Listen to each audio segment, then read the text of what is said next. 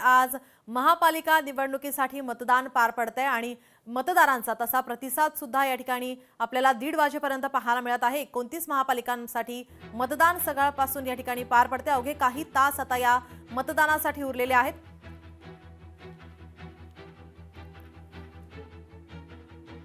आपले प्रतिनिधी मुंबईहून चेतन ननावरे आपल्या सोबत जोडलेले आहेत, तर छत्रपती संभाजीनगरहून सचिन बडे आणि अकोल्याहून अमोल नांदुरकर आपल्या सोबत जोडलेले आहेत। मी आधी मुंबईमध्ये चेतन ननावरे यांच्याकडे जाईल। मुंबईमध्ये आपण पाहतोय 1:30 वाजेपर्यंत जी आकडेवारी आलेली आहे, जी टक्केवारी आता समोर येते, त्यामध्ये आपण पाहतोय हवा तितकासा प्रतिसाद या ठिकाणी मतदारांकडून मिळत नाहीये। अगदी कमी टक्के या ठिकाणी मुंबईमध्ये पाहायला मिळतात। चेतन, निश्चितच नीलम, मुंबईकरांसाठी पहिल्या 6 तास जर पाहिले तर अवघे 29% मतदान झालेलं आहे।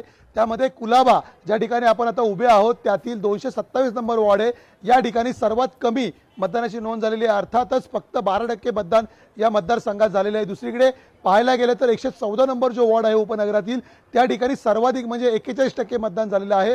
त्यामुळे आपण पाहिलं तर ही तफावत आहे ती तब्बल 50हून अधिक मतदान एखाद्या वॉर्डमध्ये होते। मात्र दुसऱ्या ठिकाणी विधानसभा आणि लोकसभेप्रमाणेच कुलाब्यामध्ये या महापालिका निवडणुकीतही मतदारांनी कुठेतरी मतदानाकडे पाठ फिरवल्याचं पाहायला मिळतंय। परिणामी आयोग आणि आता स्थानिक कार्यकर्ते वेगवेगळ्या राजकीय पक्षांचे ते काय भूमिका घेतात, कशा प्रकारे मतदारांना आवाहन करून मोठ्या संख्येने मतदारांचा आकडा वाढवत आहेत हे पाहणं महत्त्वाचं असेल। मात्र तूर्तास तरी मुंबईत वेगवेगळ्या ठिकाणी रांगा लागण्यास सुरुवात झालेली आहे। काही मतदान केंद्रावरती जरी गोंधळ झाला असला तरी शाही पुसण्याच्या मुद्द्यावरून विरोधक मात्र आक्रमक होताना पाहायला मिळत आहेत। जी, आपले प्रतिनिधी छत्रपती संभाजीनगरहून सचिन बडे हे जोडलेले आहेत। सचिन, आपण पाहतो या ठिकाणी सुद्धा चुरशीची लढत आहे, मात्र मतदारांचा हवा तितकासा असा प्रतिसाद या ठिकाणी मिळत नाहीये। महानगरपालिका निवडणुकीमध्ये मतदारांचा अतिशय संथ प्रतिसाद आहे आणि अतिशय अल्प प्रतिसाद जो आहे तो म्हटला जातोय। कारण आतापर्यंत म्हणजे सकाळपासून तर 1:30 वाजेपर्यंत फक्त या ठिकाणी 3 लाख मतदारांनी आपला मतदानाचा अधिकार बजावलेला आहे। जनजागृती करण्यात आली आहे, सर्वांपर्यंत माहिती पोहोचवण्यात आली आहे। मात्र हवा तेवढा जो प्रतिसाद आहे तो मिळताना पाहायला मिळत नाहीये। छत्रपती संभाजीनगरमधील आपण जर पाहिलं तर मतदान केंद्रांवर सकाळपासूनच अशा रांगा लागलेल्या आहेत। मात्र जी आकडेवारी हवी होती ती आकडेवारी कुठेतरी कमी असल्याचं पाहायला मिळतंय। दुसरं म्हणजे छत्रपती संभाजीनगरमध्ये सकाळपासूनच या ठिकाणी काही ठिकाणी गोंधळाचं वातावरण पाहायला मिळालं, तर काही ठिकाणी उत्स्फूर्त प्रतिसाद जो होता तो देखील पाहायला मिळाला। कारण तब्बल छत्रपती संभाजीनगरमध्ये 11,18,284 मतदार आहेत। मात्र त्यापैकी फक्त 3,37,650 जणांनी आतापर्यंत म्हणजे 1:30 वाजेपर्यंत मतदान केलेलं आहे। म्हणजेच 30.19% मतदान जे आहे या ठिकाणी झालेलं आहे। तर दुसरीकडे मतदारांची संख्या जी आहे ती आता सायंकाळपर्यंत किती आकडा जातो किंवा ती जी संख्या आहे ती किती हजारांपर्यंत पोहोचते किंवा लाखांपर्यंत पोहोचते हे पाहणं महत्त्वाचं आहे। मात्र छत्रपती संभाजीनगरमध्ये सकाळपासून जर आपण चित्र पाहतोय तर हवा तेवढा प्रतिसाद जो आहे तो मिळताना पाहायला मिळत नाहीये। छत्रपती संभाजीनगरमध्ये संत प्रतिसाद आहे आणि त्या महत्त्वाचं म्हणजे त्यामध्ये जनजागृती सर्वांपर्यंत पोहोचणं यासाठी प्रशासनानं याआधी बऱ्याच काही योजना राबवलेल्या होत्या, कृती राबवलेल्या होत्या।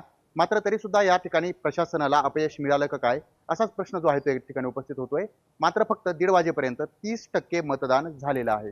जी, आपले प्रतिनिधी अकोल्याहून अमोल नांदुरकर आपल्या सोबत जोडलेले आहेत। अमोल, आपण पाहतो या ठिकाणी सुद्धा अनेक सभा पार पडलेल्या आहेत, आरोप प्रत्यारोप झालेले पाहायला मिळतात, चुरशीची लढत आहे। अकोल्यामध्ये कशा प्रकारे मतदारांचा प्रतिसाद मिळतोय? शहरासाठी 80 जागासाठी मतदान होत आहे। या 80 जागेवर चुरशीची लढत ती पाहायला मिळत आहे।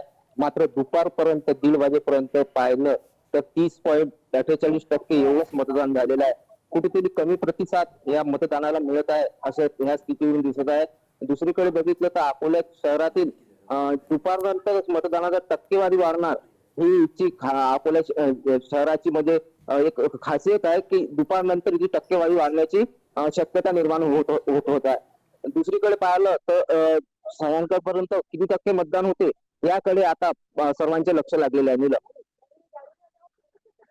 आपण पाहतो या ठिकाणी राज्यातील 29 महापालिकांमध्ये आज मतदान या ठिकाणी पार पडतंय। मात्र 1:30 वाजेपर्यंतची टक्केवारी आता आपल्या समोर येते। आपले प्रतिनिधी पिंपरी चिंचवड वरून सुशांत डुमरे आपल्या सोबत जोडलेले आहेत। सुशांत, आपण पाहतोय या ठिकाणी राष्ट्रवादी दोन्ही एकत्र आहेत, चुरशीची लढत या ठिकाणी पाहायला मिळते आणि या ठिकाणी आपण मतदारांचा किती प्रतिसाद या ठिकाणी मिळालेला त्या संदर्भात काय अधिकची अपडेट?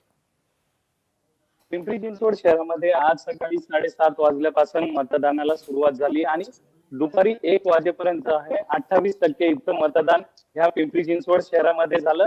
या ठिकाणी आपण पाहिलं तर 32 प्रभाग आहे आणि 128 नगरसेवकांच्या या जागा आहेत आणि या 128 जागांसाठी 692 उमेदवार हे रिंगणात आहे आणि ते आज आपलं नशीब आजमावत आहे.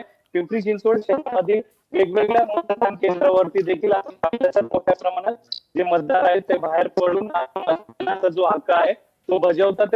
ही गर्दी कुठेतरी कमी झाली होती, परंतु आता जसं जसं मतदानाची वेळ ही कमी राहिलेली आहे तसं हे मतदार जे आहेत ते बाहेर पडतात आहे आणि आपल्या मतदानाचं देखील हक्क बजावत आहेत.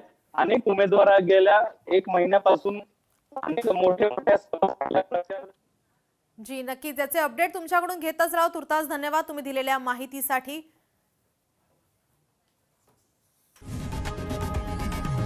लोकशाही मराठी ऐका, पहा, जागरूक रहा.